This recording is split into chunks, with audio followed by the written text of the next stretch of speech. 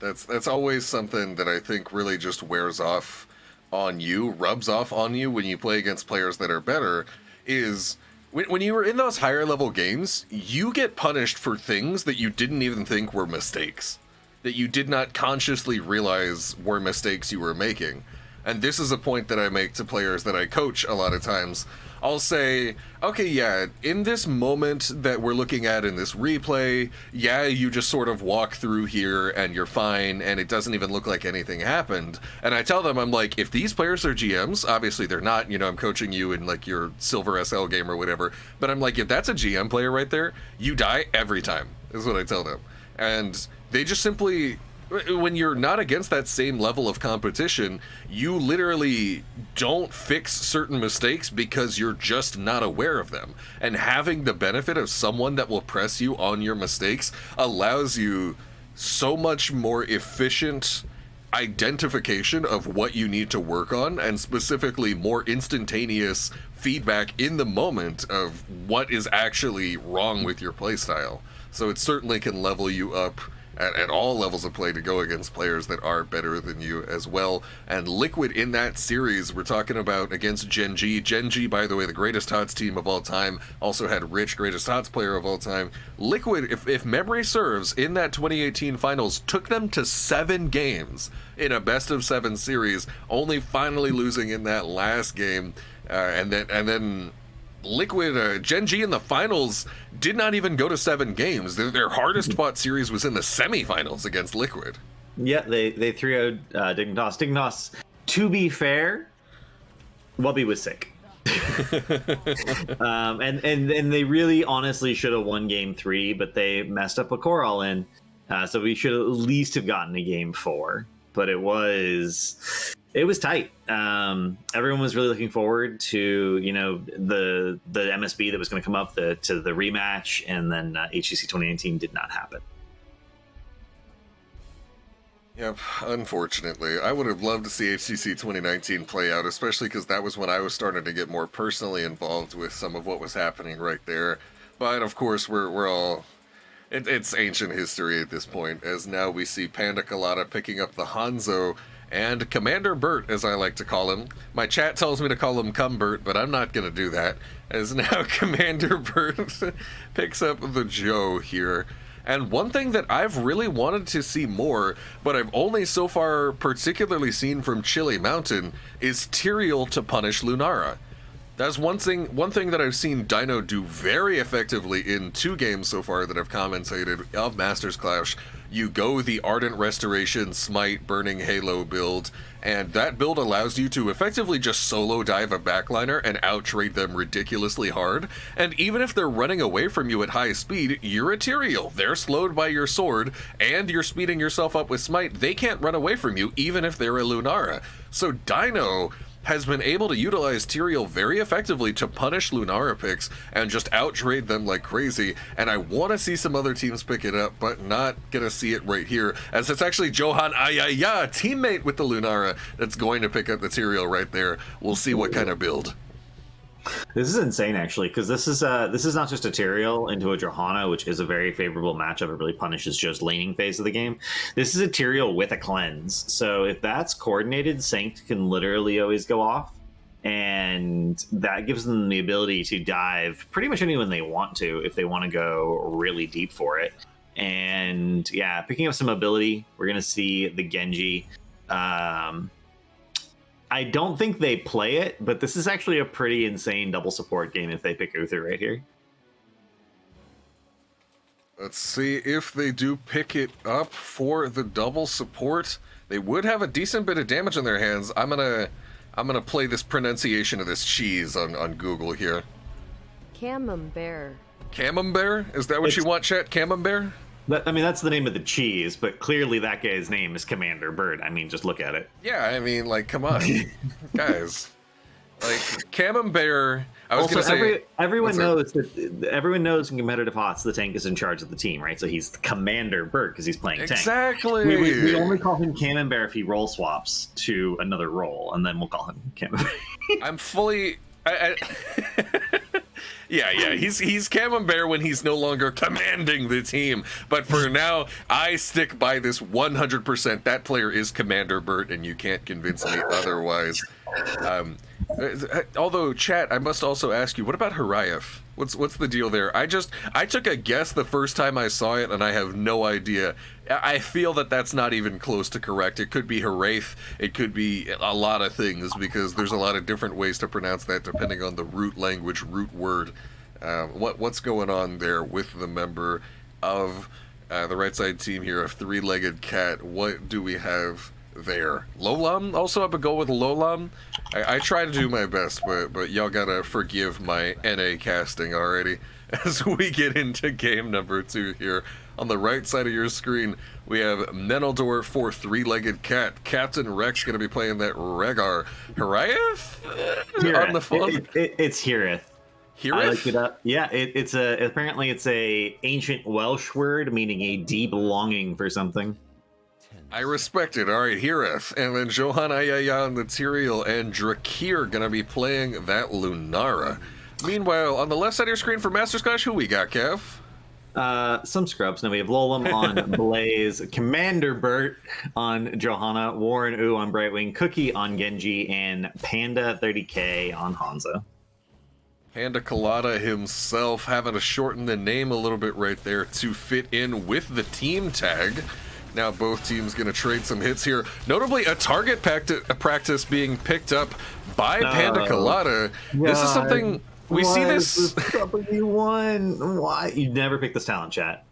Never pick this talent has been called. Never play Salvation Tyrael, specifically, especially into Johanna. I already know CavalierGuest has very strong feelings about this one, and Cav, if you'd allow me to explain. One of the main advantages, if not the biggest thing that Johanna brings to a team before getting her ultimate, is the fact that she is a tank that helps clear waves. And so, as Tyrael, if you simply choose the level 1 talent that gives you stronger shields on allies near you, that's this Justice for All that we're hovering, this makes your shields much bigger, of course, on everything that you buff around you, so you can shield the minion wave, directly negating Johanna's contributions as a wave clear tank. And so you, in CavalierGuest's opinion, you should just slam pick it into Johanna. Yes, you should. Every game. 100% of the time. But also Every Salvation... game? Well, I mean, any game is a Joe on the other team. But also, in addition to that, if you're playing a selfish style, I'm going to call it selfish, that's what I'm going to say, of Tyrael, where it's about your own performance, Ardent Restoration almost universally ends up being more healing than Salvation. So there's really no scenario where Salvation is going to outperform Ardent Restoration for self-healing, and there's definitely no scenario where either talent will outperform wave manipulation of Justice for All. Okay. I'm just reading through it. I'm trying to think about if I could craft a situation for Salvation. I feel like it would have to be the enemy team is trying to go all in and kill Tyrael, but how often do you really see that happen? I mean, you have a cleanse support, right? You have Sanct. It doesn't really factor in. An Ardent Restoration just heals for a surprising amount. And, you know, as you get globes, it starts to heal for a little bit more each time. But it's just Salvation practically doesn't have much going for it, unfortunately. I get you. Makes perfect sense, and I can definitely attest to the surprising amount of healing. I can say that in games where I have played the Ardent Restoration Burning Halo Tyrael build, I want to say the first 2 games that I played it, I out-healed my healer. Just in healing myself, just in self-healing and shielding, I contributed more to myself than our healer healed our whole team. It is actually crazy what you can do with that build right there, as we see Johan Ayaya zoning out the Genji. Meanwhile, Hireth over here looking at Cookie. Oh, and Cookie dashes right on into the action, gonna receive the phase shift from teammates. Both teams looking at this altar. Dahaka gonna see if they can greed for another top wave, though. Johan Ayaya able to get the stall on the side. Oh, Hireth taking a bit of damage here. Johan Ayaya as well, and now Warren Ooh looking for the cap. Oh, Meneldor at the tongue actually barely lands onto the Hanzo in the back, but while they're looking for that, they lose Bambi on the right side of the fight. Jet Propulsion not gonna land onto Captain Rex. 2 members of Three-Legged Cat gonna fall to start out this game. Masters Clash Academy looking solid with the double kill, now hitting their level 7s as well. Commander Bert's got to be feeling happy about his troops' performance right here. Yeah, and ooh, nice burrow by the Dahaka, preventing the scatter from actually hitting him. I believe that scatter would have hit him. I don't think it would have killed him because it's not like we're, 16 at the moment, and we're not even W1. And even if the quest is finished, the 7 arrows would be pretty tight. But we are going to see that come very close. They do get the altar, and we're going to see Tyrael sword in and die? Question mark? No, he barely lives. Nope. You were saying. All right. And you got to remember, chat, that Cav is working with the Discord screen share, so there is a bit of minor delay on his end as well. And Tyrael going to go down right there. Both teams just taking out their sapper camps at the moment after that fight from Tyrael. And this is an interesting build. This looks like, I don't understand. I feel like if you're going to go this build, you might as well just take the Ardent Restoration at the level 1. You absolutely should. If you're going to play that playstyle. Regardless, here we see Cookie and Warren Ooh going in onto Hireth. Oh, Hireth actually dodging the blade dash, but Genji getting the deflect kill from over the wall. Wow, still able to finish off Falstad and escape over that. It's so crazy. I think Genji wouldn't be as frustrating to play against in terms of diving over your buildings if he needed to at least get the blade dash reset to be able to jump back out. But the fact that Genji can simply use blade dash for the mobility of hopping over your wall, kill you with his abilities, and then just jump right back over the wall with his other wall hop is part of what just makes him so ridiculous to play against. His ability to play over walls, which is low-key one of like a very important factor in competitive HotS, just makes him such a menace. Oh yeah, absolutely. The heroes that can go over walls just do stuff in competitive that other heroes can't do. Oh, that extract was a little bit misplaced, but Falstad ends up dying anyway. Captain Rex is going to go down to a short-range Hanzo arrow as a follow-up, trying to save his teammate. And yeah, they're 10 now, but now it doesn't matter. I think they actually lose bottom 4 here if we see they are deciding to push there. So that's going to be bottom 4 going down in all likelihood. Lunara taking a lot of damage in the backline. Johan Ayaya using the Judgment, but with no follow-up around. It's merely just some disruption for whatever Masters Clash Academy is trying to do on that push. Why is this Judgment? Why? My hurts. Judgment is a telegraphed stun into a Brightwing who can cleanse the stun. Like, okay. Just looking for that burst damage right there. The chat is telling me that Johan Ayaya, they find his build a little questionable, is how I will phrase it.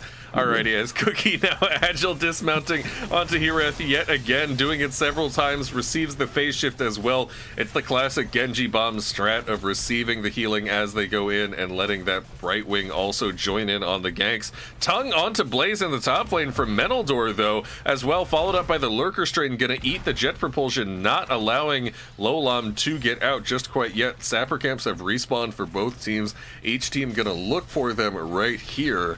And now we see a bit of team rotation over towards topside. Johan Ayaya and Hireth sitting here, but Lolam already walked away and started soaking mid. I'm not sure if they missed that. And I think they did. I think they were trying to cut the rotation, but he rotated so fast they actually missed him rotating out. And they might have thought he was also going to rotate top, but he needed to ground mid because it was pushed into the wall. And then they sat in the bush and he died anyway, so that was great. And I was just about to talk about how it can be, Blaze's rotation speeds can be particularly lightning quick when you see this specific build at 1 and 4. Menaldor landing the tongue onto Hanzo. Panda Colada going to receive the phase shift from Brightwing, but it doesn't come out in time. Is going to fall. Commander Burt trying to offer a little bit of disruption in this fight right here. Warren Ooh gets tongued by Menaldor. They are next to get killed right there. Tahaka just landing these tongues, making the plays for their team, almost evening up the kill count now. 6 kills still in favor of Masters Clash, 2 three-legged cats 5. I always want to call the teams that were just playing before this because I get into such a habit of like, okay, right side is Rage Quit Gaming, so I'm gonna say that whenever a team on the right does something, and then it just obviously that only works for 2 games. And now we see Menaldor getting that Lurker Strain followed up by a tongue onto Lolam here in this top lane. Johan Ayaya getting some chip damage in the meantime, but it is really only chip damage, and it has no realistic threat of getting the kill. The members of MCA now sliding over to mid lane looking for that clear. And we essentially reset the game off of those kills. Three-legged cat did get bottom back, and we'll have to wait and see if Masters Clash Academy can sort of reestablish their lead. Also, mid wall is dead for Masters Clash Academy, and I believe top wall is actually taking some damage as well, just a little bit. So that's a situation you get into, we were talking about in the draft, where if walls are dead and you start to fall behind, you're actually in a lot of trouble. And Brightwings, he got canceled by Bunker. Oh my god. I can't lie, I do that every now and then. I mean, he didn't. I don't think he had to bunker is the thing, right? I think he just let the Brightwings go off. And we actually saw earlier. This is the second time this game that someone has inconsiderately made Warren's life difficult. When we saw the Brightwings coming down on a Hanzo, Brightwing had it canceled because of death. But he'd already queued up Emerald Wind, so Emerald Wind just got randomly cast in lane as opposed to use his appeal tool. Wow, I did not see that in the moment. That's actually crazy. As now, Commander Burt leading the way with the shield, not able to find Drakir, will miss as they fish for the kill. No bites here today. And going into this next objective, we might see if the teams play for a simple trade or something more. Menaldor able to yank Lolam, forcing out the phase shift towards the top side of the map. And now, rather than fully commit to this three-legged cat, is simply doing their sapper camps after having secured the altar on the right side of the map. And Cav, I want to ask you something here. Do you remember when Leoric was being used specifically both with and against Deathwing? Yes. And a lot of that is specifically due to Entomb. Entomb is simultaneously wonderful setup for Deathwing's Molten Flame, as well as being some of the only effective CC into Deathwing, because Unstoppable doesn't allow you to go through terrain, of course, right? That is a true statement. So, leading into that, you have Johanna, who is a tank that similarly has a high uptime on her Unstoppable, and Tyrael himself is able to create that terrain, but there's the Dragon Arrow. I can't get through my winding story in time as Three-Legged Cat just absolutely taking so much damage in the meantime, going to fall to the triple kill from Masters Clash off of a wonderful Dragon Arrow from Panda Colada. Well done right there. But all this is a very long-winded way of saying, Cav, how do you feel about Tyrael taking Holy Ground, specifically into Johanna, knowing that her Unstoppable does not really allow her to interact with the Holy Ground in any meaningful way? You absolutely should be taking Holy Ground in Johanna 100% of the time. However, AA build is essentially unplayable without Sword of Justice, because you sword in, you trade, and you sword back out. That's 100% of the playstyle. So it's correct to take the Sword of Justice, at 13 with this build, but it is incorrect to be this build into Johanna, who, by the way, has blinds. Playing an AA hero into a hero that has 2 charges of blind is just fundamentally incorrect. And especially Johanna's blinds, of course, always going to be a big problem, specifically with the Zealous Glare at 1, those double charges, and the uptime only increases with Holy Renewal now, post 16. The members of Masters Clash Academy are, of course, down a player 4v5 at the moment. Three-Legged Cat fully aware of this fact, starting to aggress now deeper towards MCA. Commander Burt taking some chip damage from Drakir in the meantime. Cookie now, here's Warnu hopping over the wall, but Lolam gonna drop down. Judgment coming out into Warnu. There's a Dragon Arrow, though, onto 4 members of Three-Legged Cat. Panda Colada just hitting these massive plays, sets up a double kill on a Three-Legged Cat right there. Johan Ayaya using the sword hole, as Cav likes to call it, stylized after wormhole from Zeratul, able to get right on out of there.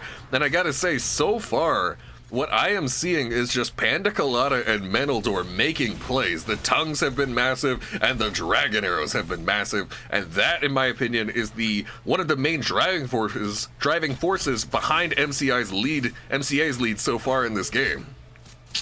Yeah, and we are going to see them potentially try to push in the Sappers bottom. This is actually a good response by Three-Legged Cat. There's no way they can defend this down bodies, so getting the top Sappers and potentially converting top is really strong. I actually would really appreciate it if Master Clash Academy just ignored it, though, and pushed mid instead, because they don't have a global, right? So it's much easier if they want to maintain 4 towers for them to maintain the bottom 4 and to give the top lane entirely.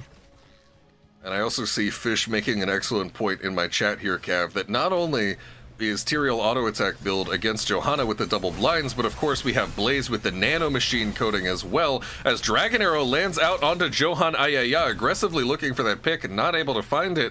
But the more I look at this Tyrael build, the more I don't like it based on the situation, Cav. It's horrendous. As soon as I saw the level 1, I knew I was in for a bad game for my mental health. It's just the way it is. But level 20's just around the corner for the members of Masters Clash Academy. Their sappers are all going to get cleared out before being able to make it in. They wish they had a Garrosh to toss those in, but not quite gonna happen. Cookie taking a lot of damage in the back line, and Commander Burt is in here. Cookie gonna receive the phase shift and go in before it's even completed, jumping right on in. Meanwhile, Menaldor down level 20 on that split push again, just like you said, three-legged cat not committing to any fights, down a significant amount of talents or people. Going to complete taking this top bell tower right here, which also propels three-legged cat into level 20, because of course Towers of Doom is the only map that uses the old Heroes of the Storm XP system, where forts are worth significant chunks of EXP. Ooh. With that being said, the core has dropped down to 3 HP from three-legged cat, meaning that a strong breeze will blow their core over. If Masters Clash Academy can pick up a single sapper camp and get it all the way in, or a boss, or even one objective, it's all over for 3LC. Menaldor not able to land the tongue onto Commander Burt right there. Ooh, alrighty. When are sapper camps up? Because the ideal play from three-legged cat here is to wait till sappers are up, get both bottom sappers, or maybe even just one, because that push in will end, and then do boss. And it puts three-legged cat in an impossible situation where they have to defend sappers while also defending boss. And here is a full play and as 5. Split. Why are they split? A full play as 5 by the members of Three-Legged Cat, and now they're going to go ahead and take boss off the map. They don't want to have to worry about the enemy team splitting their attention, forcing a presence onto boss. Falstad starting to fly towards this bot lane now, will land. They need to defend against these sappers. Of course, if these sappers get all the way through the lane, they will contribute damage to core, so the members of Three-Legged Cat know they're not going to allow that to happen. Still a 5v4 for about half a minute while Blaze waits to respawn. Blaze will respawn about 2 seconds behind these objective altars becoming active. Three-legged cat now moving forward. Camembert getting hit by Johan Ayaya. That's a long sword of justice to escape on out of there. Gonna finish off the enemy sapper camp as well. Gonna take this and then head on over to the objective. Oh, hold on. Are we fighting over the point? Okay, well, wind tunnel's out. Ooh, and that's a phase out also, dodging the judgment. Judgment, to say the least, having questionable value this game as Cookie, wait a minute. Nobody interrupted the turn-in. Everybody went to fight at the sappers. I mean, everyone went to the fiesta. No! Masters Clash Academy realized they were playing HotS and not Battle Right, and, they won the game instead of just fighting. No. It feels like watching Cloud9 and Overwatch all over again, where they would lose games because nobody stood on the payload. Cloud9 did that so often that play was called the Cloud9, where you would be in overtime in Overwatch and nobody would push the payload, and so even though you were winning, you would lose. This is why chat might flame me for this, but the game is not over till Core is dead, and killing Core is literally the only thing that matters in Heroes of the Storm. So one of the comps that I like the most, I'm sure Mock will agree with me here, is Juice Pirates. I love Juice Pirates. Juice Pirates teaches you that killing Core is literally the only thing that matters, and everything you do, every tactic, every strategy, is getting something that helps you kill core, whether that's a numbers advantage or a scaling advantage or a laning advantage. Everything is just about killing core. If you cannot explain how what you're doing helps you eventually kill core, then what you're doing does not make sense in the context of this game. Yeah, I always see players just going over and we'll be about to make a push on core and they're like, but we have siege camp on our top port. And it's like, yeah, core's about to die though. Let's focus on what matters. Oh no, that fight. Oh, that was a little rough to watch in the moment. Just Cookie getting the completely uncontested capture. Because you gotta fight over those sappers. Okay. What's Juice Pirates? Juice Pirates at its core, before you get into too much else, because there's a lot of optimization you can do with it. Juice Pirates is essentially a comp where you care extremely little about fighting. You merely just want to go in and zerg down an enemy fort, and then you hit level 10, you medevac into enemy base, and you just kill the enemy fort. You respawn, you medevac again into enemy base, and you use Tyrael Sanctification, and everybody just kills the core while the enemy team can't respond yet. If you know how to play the strat, if you have a team of 5 people that knows how to play the strat, I genuinely think it is the best climbing strategy, bar none, below Diamond. Even in Diamond and above, it absolutely works. But below Diamond, I believe that as a 5-stack, it is the #1 climbing strategy. Teams have no idea how to counter it, and you will regularly win games in 8 minutes. To put it in perspective, chat, I once won 5 games of Juice Pirates in Storm League in a row without getting a single kill. Literally 0 kills in 5 games, all victories. What is this? What is this? What is it with NA Bros and Juice Pirates? Hey guys, you invented Juice Pirates. What is NA Bros and Juice Pirates? A strat invented by an EU team. Alrighty, I'm waiting for lobby number 2 to come up right here. I am not seeing anything yet. Do we have an in-game chat channel? I haven't been able to see anything. What's going on here? I'm gonna whisper one of the players.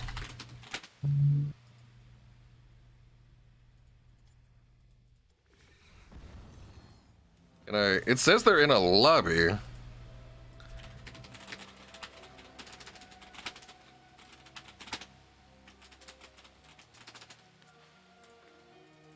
Just waiting, trying to get in it right now. In the meantime, you guys get to enjoy my Nazebo just sitting here chilling.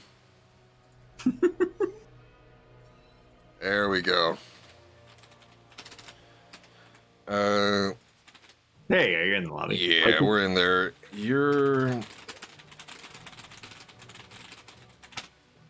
And for people who think that Juice Pirates is some sort of cheesy ladder strat, Juice Pirates has actually been played in competitive. It was played in HGC multiple times.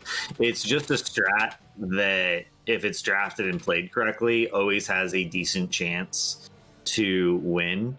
The main counters are actually fairly unintuitive. Zeratul is a really good counter, and the way you counter it is actually you VP core.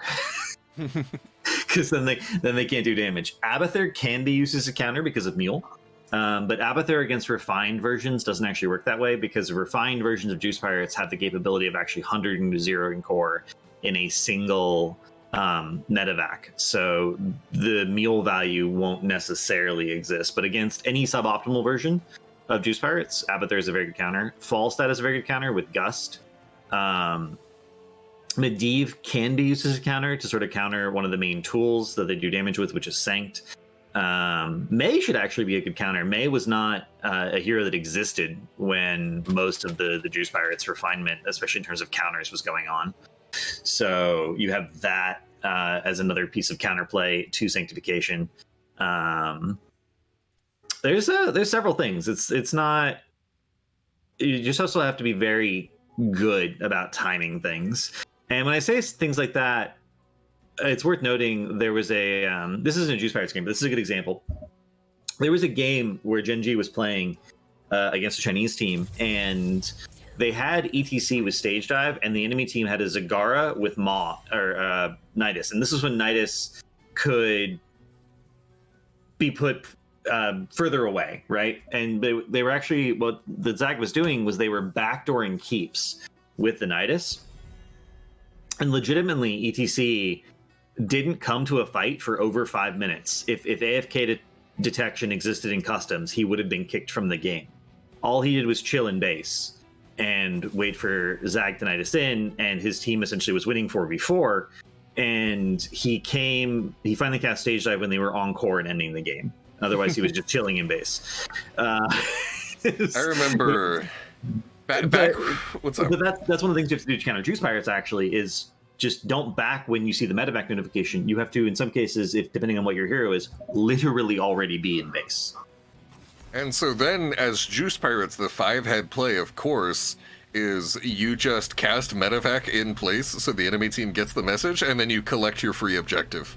It's very silly. The entire enemy team will all just hearth, and then you just get like a free boss or something like that. It is something that I have utilized very successfully in Juice Pirates in the past, because a lot of teams, when you medevac, they'll all just hearth immediately, so you just get free map. It is actually hilarious, as we see Lunara gonna be picked up by Drakir here in this game. I don't want to talk about Juice Pirates too long, because I know me and Cav could sit here and talk about all the different variations and optimizations that you can do. It would be enough to fill several hour-long videos, okay? It's a very interesting topic that basically might as well be its own little branch of HotS knowledge.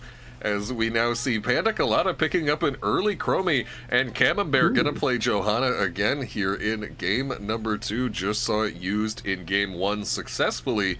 Masters Clash currently leading 1-0 in this game. This is actually arguably Johanna's best map as far as competitive goes. Gives you that extra wave clear on Tomb the Spider Queen. And Chromie Joe will basically instantly one-shot a wave no matter what, because the way Condemned groups it up is basically perfect for hitting 2 out of the 3 circles from Chromie's W and pretty much the entire wave. And the Haka Rhaegar, okay, so we're getting a lot of wave clear from both teams currently. So far, literally every hero picked has wave clear. Yep, it is a crucial part of Tomb of the Spider Queen, is getting that wave clear in. The way you get the objective is by wave clearing. The way you defend against the objective, by wave clearing. The way you make your objective spawn further in lane, by wave clearing. Everything in this map comes down to it. Everything is heavily influenced by it, so you're always going to see a heavy focus on it. Which is why, Cav, if we could dip into the HotS history for a bit here, it always puzzled me a bit. How was solo support Abathur at any point viable when it seems to conflict with that a little bit, if you ask me? What? How is that a conflict? Well, you would think it's not a conflict, you would say? I mean, I think of Abathur as being weak to early push and not providing your team a lot of wave clear, you know? But are you saying you have more macro by not picking up the heal? What's going on here? Walk me through your thought process. I mean, you have to compare apples to apples, right? You're not comparing Abathur to like a Jaina's wave clear. You're comparing solo support Abathur's wave clear to like solo support Malph's wave clear. Which of those 2 heroes has more wave clear? That is true. That is definitely true. Wow, speaking of Malph picked up here. Malph in competitive is a hero where as long as you have someone to W and the enemy team can't go on you, it should be fine. And it's okay if the enemy team can go on you as long as you have some kind of save mechanic, either another support, False Head Gust, Blaze Bunker, something. Currently no tools like that on Master Clash Academy, and that... Why is ETC being picked? Can someone... Why? Yeah, it's certainly interesting to see the level of ETC priority today. And one thing, this is something that Cav... What's up? This isn't just ETC being picked, right? This is ETC being picked into Johanna, which even when ETC was good, was a hard counter. Right? Like this is ETC being picked into maybe his single worst matchup on the tank level. So like why? Just why? It is an interesting decision, to be sure. And I just wanted to touch on what you were saying about Malfurion a little bit right there.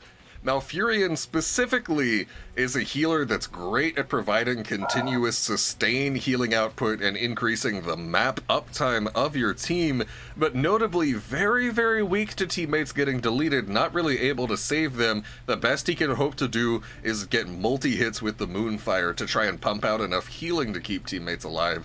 Outside of that, if the enemy team is bursty in your mouth, you're just not going to be able to save people. And so, again, this is something that Cav, specifically, the person I'm co-commentating with here today, illuminated for me, is you go back and you look at tournaments that Malph has played in, and you simply ask yourself, does the Malfurion player have a save mechanic on their team to save teammates from getting bursted? Because Malf himself is not doing it. So is someone else on Malf's team going to save teammates from getting bursted? And when the answer is yes, Malfurion has an insanely high win rate. And when the answer is no, Malfurion's win rate is trash. Like, I'm talking, you can watch competitive tournaments where you look and Malf without a save mechanic has like a 30% win rate, and Malf with a save mechanic has like a 70% win rate. Those aren't specific numbers for all tournaments ever, but there are tournaments where the numbers look like that for Malfurion. It's one of the most important, in my opinion, aspects to drafting him. I think it's going to be interesting to see how it plays out here in game number 1, where we have, on the left side of your screen, Masters Clash Academy, Commander Burt himself on the Johanna, Panda Colada on Chromie, Warrenu going to be playing that Malfurion, Cookie on Hanzo, and a Lolam over there on that Urel. Who do we have for three-legged cat, Cav? We have John III on ETC for some reason, Drakir on Lunara, Menaldor on Dahaka. Nice pick going on here, actually. But that's a Urel. You got to be really crisp when it comes to killing a Urel, and I don't think they quite managed to do it. Good peeling route coming out. Captain Rex on Rhaegar, and Hirath on Sylvanas. We're actually going to see Prog Rock at level 1 for ETC. Literally the entire enemy team has decent auto attacks. So I was actually expecting to see Block Party. Even Chromie, who's not a hero, you're like, oh yeah, Chromie has good autos. Chromie, the meta build for Chromie actually empowers her autos quite strongly. Remember Bronze Talons, Kev? I do. I as much as I complain about current Heroes of the Storm chat, okay, y'all don't know how easy you have it, okay? Because Bronze Talons was an old Chromie talent way back in the day, where simply casting Sandblast, not hitting anything with it, buffed the damage of your next auto attack greatly. And I maybe the range too, I'm not quite sure, it's been a long time. Yeah, but it buffed it to like 7.5 or something. It was stupid, okay? Chromie would sit there and just, basically, she could effectively just cue the wall if she wanted and still bully people with auto attacks. It was ridiculously silly, and I am so happy that it doesn't exist anymore. I thank God every day that Bronze Talons, it does not exist in the same iteration as it did back then. It's actually maybe W build coming out of Chromie. This is something we've seen a little bit more of. Oh, and Dahaka got popped. W build is really good into relatively immobile heroes because you actually pick up a slow on the ability, and you get a lot of CDR from once you. Is it the CDR from the quest, or is the CDR from just from picking the level 7? Are we talking about Chromie in particular? Yeah, Chromie W. Let's go ahead and find out. This is purely bonus damage and slow. It's the quest. It's the quest at level 1 is what does it. So you're going to see that coming out. It shouldn't be that hard to finish. The only main downside is you have to W heroes and not waves. But when you have a Johanna who's clearing waves for you, helping out with that, it's actually pretty easy. So this is a good combination for doing the W quest. Camembert able to complete yet another pick right there after getting the Dahaka near the front mid gate, able to also pick off ETC similarly in topside. Well done by the members of Masters Clash Academy to get off to a great start here. Notably, notice the gem lead, Cav. Look at the gems, only 31 being held by Three-Legged Cat. Meanwhile, Masters Clash Academy has completed their first turn-in, and you hate to start a game off like that, already on a back foot, and there's no way to get those gems back once they've been lost. Masters Clash Academy setting up a strong early push right here in mid, but they're into bruisers. The spell armor, oh, there's a tongue by Menaldor. He hit them all last game, and it looks like we might see a repeat of that here in game number 2. Cookie will fall on that Chromie right there. Cookie's actually playing the Hanzo. I'm just making stuff up. Panda Colada will fall in the first kill done by Three-Legged Cat, and it comes at the worst possible time. If you lose a member of your team just as you start the objective, you nearly lose all ability to pressure the map, at least with the structures, with the objectives, because you know wherever you go, the enemy team knows they can pressure you for that PvP. Level 7 still not achieved, though, for Three-Legged Cat. They're about to get it in just a moment. Yeah, I don't know how Chromie ended up so far onto the right-hand side of the map, but that's not where you want to be when you're a squishy with no escape. Did end up going down, and we're going to see a concerted 4-man push here. They don't have like a global, so Urel is going to be bullied out of the rotation here. If Urel is just not allowed to rotate, they can actually maybe miss a ton of soak top, but 3-legged cat just lets the rotation happen. That's really unfortunate. When you overcommit to a lane like that, you should absolutely prevent. Oh, and the crowd surfer. No. It was cool, but it didn't do anything. We talked a lot about last game about the ability of certain characters to punish when being able to play from over walls. Walls are effectively their own bushes. If you can go over them, it's effectively just a bush that you're allowed to wait in. And so Crowd Surfer, of course, allows ETC to escape situations by sliding through walls, as Tongue right there is set up by Power Slide, able to find it. Dahaka in the middle of multiple members of Masters Clash Academy. Lolam jumps over the wall. Temporal Loop gonna yank Middle Door right back into the thick of things, and those gems are too deep for the members of 3-legged cat to retrieve them. Interesting choice to go the Temporal Loop, despite being against the cleanse support. Cav, can you talk a little bit more about that? Yeah, it actually is. So there was actually a really important thing that happened there with Mouth, where Mouth cleansed the second CC with Nature's Cure, not the first CC. When you have a non-unstoppable cleanse, a cleanse that just removes a current active effect, you frequently actually have to wait for the second CC to come through, not the first one. And then you've denied the CC chain. If you cleanse the first CC, sometimes the second CC will still land, and now you don't have cleanse. So... not ideal. Okay, I'm asking more about the Chromie against the Regar. The Temporal Loop. Oh, the timing is very tight for that because it's only Purge is only a half a second unstoppable, and you have to be unstoppable when you would get looped back to your location. So gotcha. It's very difficult to time it. Even for the 1 second cleanse, a lot of people struggle to time it completely accurately. Yep, I have certainly seen many a support hit that cleanse far too soon to block the Temporal Loop. Lolan looking for the hammer onto Johan Ayaya, who zones for their team. Captain Rex and Drakir both going to get their turn-ins. Nearly an interrupt by Cookie, but not quite able to find it. Both teams available with their turn-ins. Chat, I'm just going to blow your minds a little bit, some of you in the chat right here. If the graphic for the gems in the bottom right of your screen is glowing, that team is able to turn in. They have enough gems to hit the threshold for the objective. As you can see, there is a bit of glow on both teams' gem counts in the bottom right of your screen. Therefore, both teams have enough gems to get the turn-in. Commander Burt now picking up the gems here in mid lane. Lolam looking for the turn-in, but Meneldor able to find the tongue and get the interrupt. And with that interrupt, actually buys enough time for Hireth to get the turn-in topside. Very well done by Meneldor, who so far is showing a strong Dahaka in this series. Ooh, the time trap? The arrow? Oh, that was such a beautifully timed arrow for the time trap, and they're going to get a double kill off of Bless plus Loop. No.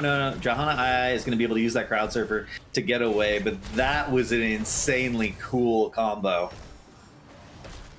And right there, we see Crowd Surfer value yet again, able to escape by jumping straight over the wall rather than simply sliding out more sideways. Very well done, though, however, by Masters Clash Academy. There is another time trap onto Captain Rex. Not going to set up the same kind of immediate kill pressure as when it was followed up by a Dragon Arrow, as you said, though. The timing on that play, Cav, absolutely gorgeous, what we saw just a moment ago. Now the members of Masters Clash Academy, having themselves gotten a pick just as objective was going off, able to get a little bit of defense right here. Neither team successfully pushing much. Tongue from Dahaka does not land onto Waranu this time, however. Camembert stepping forward. Temporal Loop coming out onto Johan Ayaya, and that tight window is hit by Captain Rex, able to purge to avoid the Temporal Loop right there. And managed to pull it off that time. That objective did not get very much for 3-legged cat. They can't possibly be happy about that. It did shove out their lanes a little bit. It sort of stopped the bleeding, but they're going to lose the race to 13. They don't have another turn in. Master Clash Academy should just get 13 and then force the turn in. They are going to get their bruisers out. That's going to help them de-push mid lane. One can make an argument that someone should go down and potentially try to snipe Siege as well as soon as they get this bottom lane pushed out and really just put the Cookie. The Nature's Cure from Warren Ooh is instantaneous. Able to get rid of the stun onto Cookie from Johan Ayaya as they rotated in toward mid. 13 advantage now enjoyed by Masters Clash Academy. Great stuff so far. Really, really solid. And now MCA with 13 advantage will be able to push. So far, the theme of these objectives has been teams trying to push but getting picked off just before they would go for it, as this is a gank, a mosh pit onto Johan Ayaya, and what did I say? A team gets the objective and immediately loses a player seemingly every time. However, the response from Masters Clash Academy, knowing, hey, they just ganked our Joe, they just used a lot of resources top, we'll lose our Joe for that bot port. That's an okay trade for us. Lola actually able to push Hireth into the towers, able to force Hireth to tank a few shots right there. Oh wait, the Shadow Wave comes out, but the temporal loop is so long, setting up another kill right there. Cookie following up onto the root. Metaldoor not able to land in the tongue. Johanna looking for the power slide over the wall, actually interrupts Cookie's natural agility, but not able to turn it into a kill. Meanwhile, bottom Web Weaver actually going to get some significant damage done to this bottom side gate. Masters Clash Academy now with the number advantage, pressuring on the top board. Did you see how clean that Yrel knock was? Yrel knocked it away, but that was also the direction that Chromie was going to send her W. So it actually knocked her into an additional W from the Chromie. Really clean coordination. I can't imagine that was on accident. That must have been called on comms, that I'm knocking in, and Chromie adjusted her W placement to take advantage of that fact. The level of synergy between players that have had the benefit of playing together for months, having that synergy with each other, so absolutely huge. It reminds me of playing with players. You know, I played with Cavalier's Deckard after a while, and he started tossing the potions to where I was going to blink to. I played with Tassadars. They knew I was going to go crazy on my Tracer. They knew what to expect. Similar deal right here with the Yrel, with the Chromie, good stuff. And one thing I want to point out in particular is notice how the tank players in this game are taking any little opportunity that they can find to dip into the side turn-ins during any moment of downtime and get those in. This is because as the tank player, your job is to zone to allow the rest of your team to turn in, so you don't get the same luxury that your other players do of having a tank zone for you, because you are the zone. So you have to try and sneak those in whenever you can get them. Metaldoor lands the tongue onto Cookie, but Warren Ooh is there, finger on the cleanse yet again, popping that Nature's Cure, and now blue Web Weavers have been secured. Masters Clash Academy notably also going to be first to hit level 16 here, going to get it very soon after some soak here in the mid lane and one more wave or just a little bit of time. This is going to be a tough defense for the members of Three-Legged Cat. It is indeed, and hopefully Master Class Academy can convert this into multiple forts. They're at a point where with this turn-in, they really want to make sure all the forts are dead, and if they can get any kills, then they can potentially, you know, back up a new boss off of it, but they don't want to do nothing with this turn-in again. And yeah, the mid's definitely going to die. The question they have to decide is, do they go straight up, or do they look for the pick on the off lane? It looks like they're going to look for the pick on the off lane and then maybe push bottom. Bottom is the only thing left open that has a Web Weaver, so now they're sort of forced into the position where they have to push bottom, which is not, you know, bad. It's gonna be a keep ball. Cap, did you see how many gems Dahaka had on him when he got popped right there? It's 100% worth to use all those abilities for that pick. When your Dahaka's holding 37 gems and loses them in the pick, Temporal Loop coming out onto Johan Ayaya will get negated by the Purge from Captain Rex right there. With that being said, Temporal Loop, though, still getting big value throughout the course of the game. Lolam now utilizing that late game hammer, getting that percent damage and that armor shred, one of the stronger 16s in the game right there on that Templar's verdict. And now hold on a second, here is an aggressive Dahaka Brushstalker from Metaldoor, but the members of Masters Clash have already retreated far enough for them not to find a kill. That back off was so sexy, because you have 5 seconds left. You're like, maybe with 5 seconds we can get a res, but it's not 5 seconds on a normal hero, right? It's 5 seconds on a Dahaka who's going to be able to burrow into the backline and look for that flank. So they actually backed off at basically the perfect time to make sure that they couldn't get flanked by any sort of brush talking action from the Dahaka, and it was just so good for Master Clash Academy to back off at that exact moment. And now at the moment, Three-Legged Cat looking to see if they could get a turn-in. They're only 8 gems away from it if they could even get either Captain Rex or Drakir to be able to get it. Meanwhile, the members of Masters Clash Academy significantly farther off of their goal of getting some more web weavers after having already achieved them 3 times. Oh, Bert actually throwing the Blessed Shield onto the fort so that it would bounce to ETC. Oh, and the Dragon Arrow follow-up from Captain Rex, or rather onto Captain Rex from Cookie as well. An instant double kill for Masters Clash Academy onto the defending ETC, flying a little bit too close to the sun there in that defense. The punish absolutely massive. Masters Clash Academy setting up for a strong top lane push. Meanwhile, the members of Three-Legged Cat, they're at least going to be able to turn in, get these web weavers to help pressure. Stop it! Yrel, get there in time. Get there. Oh, that's so bad. Yrel doesn't do that much boss CPS. Yrel, that's one of the situations where Yrel should immediately go watch bottom turn-in to prevent that from happening. The turn-in will essentially negate the value of boss, but that's still an okay trade, right? You got a boss, they got a turn-in, so they used gems, and all you did was use a boss.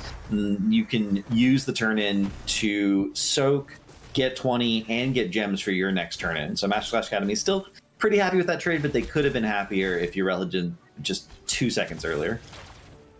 And there's Metal Door not able to find the tongue, but utilizing Lurker Strain actually hits Cookie with the isolation mid-natural agility over the wall, not able to find the kill. Masters Clash Academy wisely knowing that level 20 is mere moments away, simply backing off, not looking for the fight. Johan Ayaya wants to slide over that wall if he can find a kill. Lolam scouting it out, however, level 20 just about to be achieved for Masters Clash Academy, and all of a sudden you'll notice Three-Legged Cat running with their tails between their legs. They failed to find a fight before the heroic talent tier was locked in. Oh, Johan Ayaya predicting the Blessed Shield. Well done on the dodge right there. Camembert's Blessed Shield not going to land. Lolam getting harassed in the backline by Johan Ayaya and Menaldor. There's a Dragon Arrow not going to land, heading on over to Siberia. And now here is the Temporal Loop, is going to get denied by Willet the Forsaken. Oh, no, Captain Rex, when it's most crucial, actually does miss the tight timing window. Cav, I thought you maybe weren't giving Captain Rex enough credit. I was like, nah, he can hit these cleanses, but no,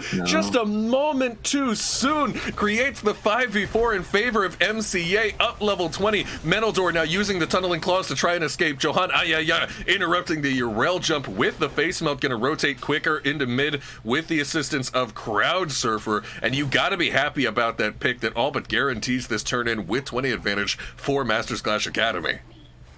Yeah. So I have a question for you. Which leg is missing? Because if you have a 3-legged cat and then one of the back legs is missing, you can't put the tail between your legs. I'm just saying. Well, then the thing that makes the metaphor work, then it's missing one of the front ones.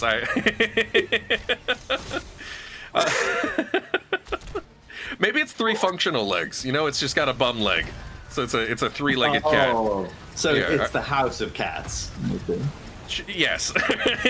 Johan Ayaya is extremely deep into the backline of Masters Clash Academy, gonna get finished off by MCA, who don't even bother to pick up the 3 gems from his death right there, stepping forward now aggressively. They're 1 gem off of getting the turn in, but not going to do it. Instead, just pushing up. Here's Panda Colada now breaking off into the backline, looking to get the turn in. We might see Hireth look for something. No, he's just gonna go over and get some damage onto this mid tower, not getting the interrupt. Meanwhile, MCA clearing out this bottom keep. They still have giants and a catapult. This is going to force some clear from 3-legged cat. MCA already got what they wanted in this lane. They're shifting their attention to mid.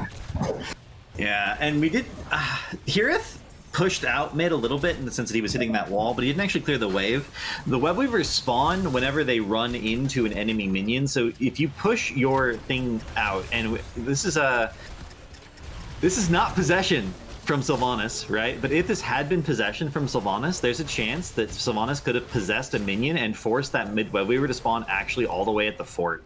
A little bit of tech tip for you guys. It's not always relevant, but is occasionally relevant, specifically on Tomb of the Spider Queen.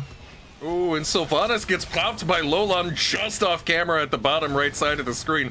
Johan Ayaya will be next to fall. It's a triple kill in total for Masters Clash Academy as now Webweaver approaches the core. Setting up, they're looking to complete the 2-0 sweep. Captain Rex and Drakir are going to put up a valiant effort, but this is a very tough defense to try to stop. Oh, hold on. The Lolam jumps right in towards Drakir. The core is falling rapidly. This is is indeed a completion of the sweep by Masters Clash Academy. Captain Rex merely distracting MCA at this point. Gonna add 1 to the death count right there. GG's have been called. Well done by MCA.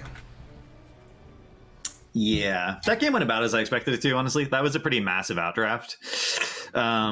By Three-Legged Cats, they outdrafted themselves by picking ETC into Johanna.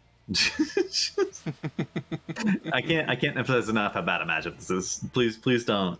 If you see an ETC on the enemy team, pick Joe, and if you see a Joe on the enemy team, don't pick ETC. Even offlane ETC can like struggle into Johanna style comps. There's just no place you can put him where it fixes it. Can you expound on that, Cav? Why does offlane ETC struggle into Johanna? Because offlane ETC doesn't have wave clear until level 7, so the fact that the 4-man has more wave clear and you're up against an offlaner has more wave clear, for the first 6 levels of the game, even though Johanna doesn't have an engage, you will always be so far behind in prio that there's just multiple gank opportunities, there's rotational opportunities where the enemy team can force a 5v4, and if you fall behind early at any point, you have to make up that territory, right? But it's not like offlane ETC has an insane scaling or anything. So even if you draft him in a favorable matchup, it's not necessarily going to help you out very much to have lost the early game so incredibly hard.